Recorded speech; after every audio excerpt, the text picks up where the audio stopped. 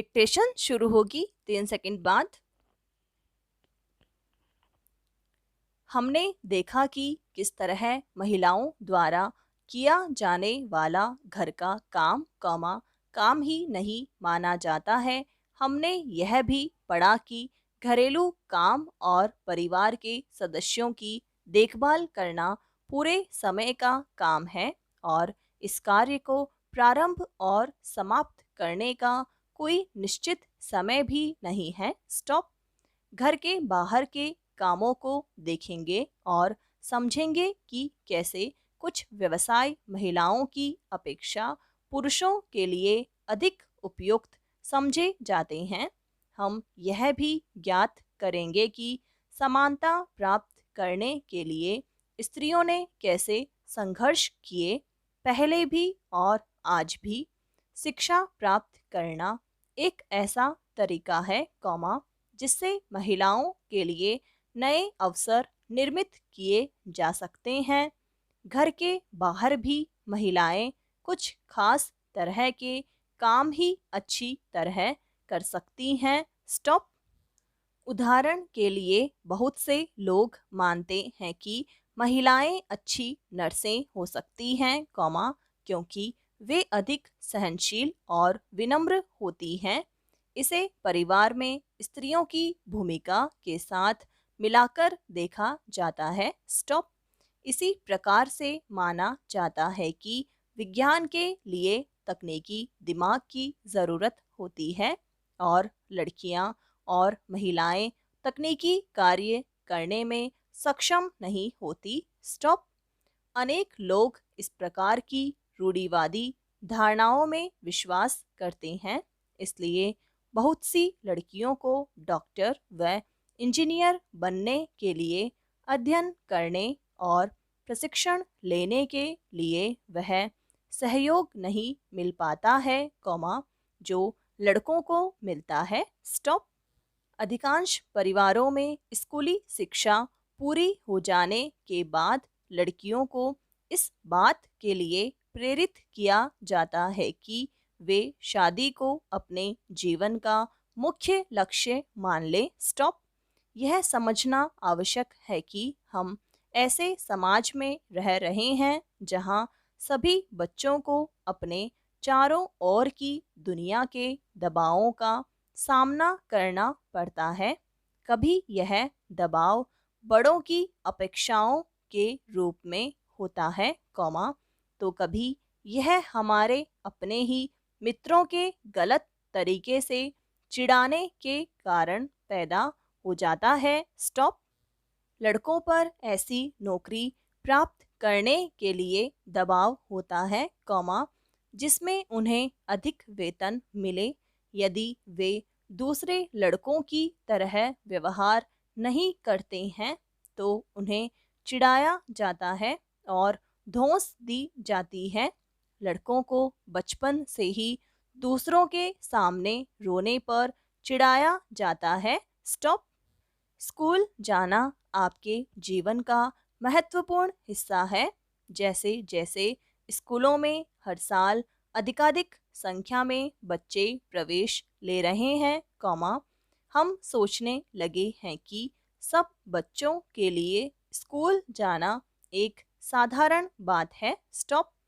आज हमारे लिए यह कल्पना करना भी कठिन है कि कुछ बच्चों के स्कूल जाना और पढ़ना पहुंच के बाहर की बात या अनुचित बात भी मानी जा सकती है, परंतु अतीत में लिखना और पढ़ना कुछ लोग ही जानते थे। स्टॉप।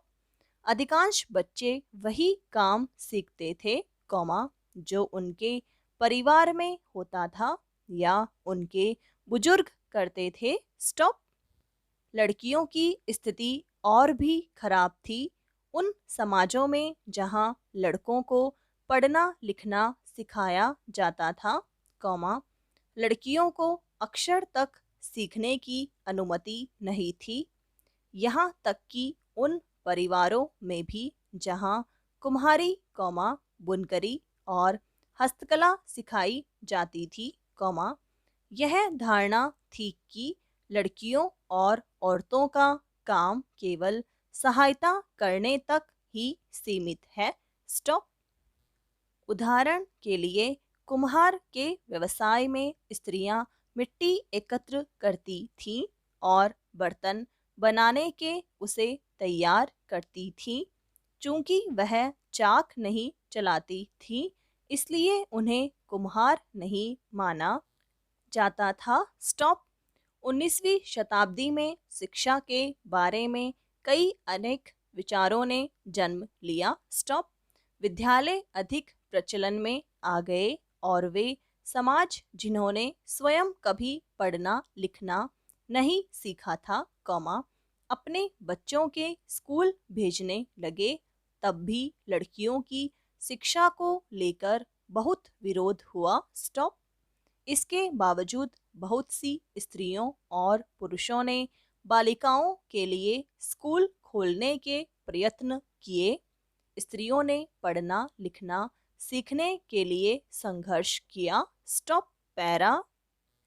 आज के युग में लड़के और लड़कियां विशाल संख्या में विद्यालय जा रहे हैं, लेकिन फिर भी हम देखते हैं कि लड़कों और लड़कियों की शिक्षा में अंतर है। स्टॉप। भारत में हर 10 वर्ष में जनगणना होती है, जिसमें पूरे देश की जनसंख्या की जनगणना की जाती है। इसमें भारत में रहने वालों के जीवन के बारे में भी विस्तृत जानकारी एकत्रित की जाती है, जैसे उनके आयु, पढ़ाई, उनके द्वारा किए जाने वाले काम आदि। इस जानकारी का इस्तेमाल हम अनेक बातों के आकलन के लिए करते हैं, जैसे शिक्षित लोगों की संख्या तथा स्त्री और पुरुषों का अनुपात। स्टॉप। 1961 के जनगणना के अनुसार सब लड़कों और पुरुषों का 40% शिक्षित था, अर्थात वे कम से कम अपना नाम लिख सकते थे। इसकी तुलना में लड़कियों तथा स्त्रियों का केवल 15% भाग शिक्षित था। स्टॉप। 2011 की जनगणना के अनुसार लड़कों व पुरुषों की यह संख्या 82% हो गई है और शिक्षित लड़कियों तथा स्त्रियों की संख्या 65%। स्टॉप। इसका आशय यह हुआ कि पुरुषों और स्त्रियों, दोनों के बीच ऐसे लोगों का अनुपात बढ़ गया है जो पढ़ लिख सकते हैं और जिन्हें कुछ हद तक शिक्षा मिल चुकी है, लेकिन जैसा कि आप देख सकते हैं, अब भी स्त्रियों की तुलना में पुरुषों का प्रतिशत अधिक है। इनके बीच का अंतर अभी समाप्त नहीं हुआ है। स्टॉप। अब महिलाओं और लड़कियों को पढ़ने का और स्कूल जाने का अधिकार अन्य है। स्टॉप। अन्य क्षेत्र भी हैं, जैसे कानूनी सुधार, हिंसा और स्वास्थ्य, जहां लड़कियों और महिलाओं की स्थिति बेहतर हुई है। ये परिवर्तन अपने आप नहीं आए हैं। स्टॉप। औरतों ने व्यक्तिगत स्तर पर और आपस में मिलकर इन परिवर्तनों के लिए संघर्ष किए हैं। इन संघर्षों को महिला आंदोलन कहा जाता है। देश के विभिन्न भागों से कई औरतों और कई महिला संगठन इस आंदोलन के हिस्से हैं। स्टॉप। भेदभाव और हिंसा के विरोध में अभियान चलाना महिला आंदोलन का एक महत्वपूर्ण हिस्सा है। अभियानों के फलस्वरूप नए कानून भी बने हैं। स्टॉप।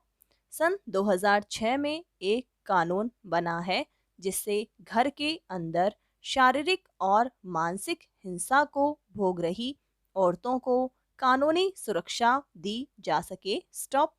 इसी तरह महिला आंदोलन के अभियानों के कारण 1997 में सर्वोच्च न्यायालय ने कार्य के स्थान पर और शैक्षणिक संस्थानों में महिलाओं के साथ होने वाली यौन प्रताड़ना से उन्हें सुरक्षा प्रदान के लिए दिशा निर्देश जारी किए। स्टॉप।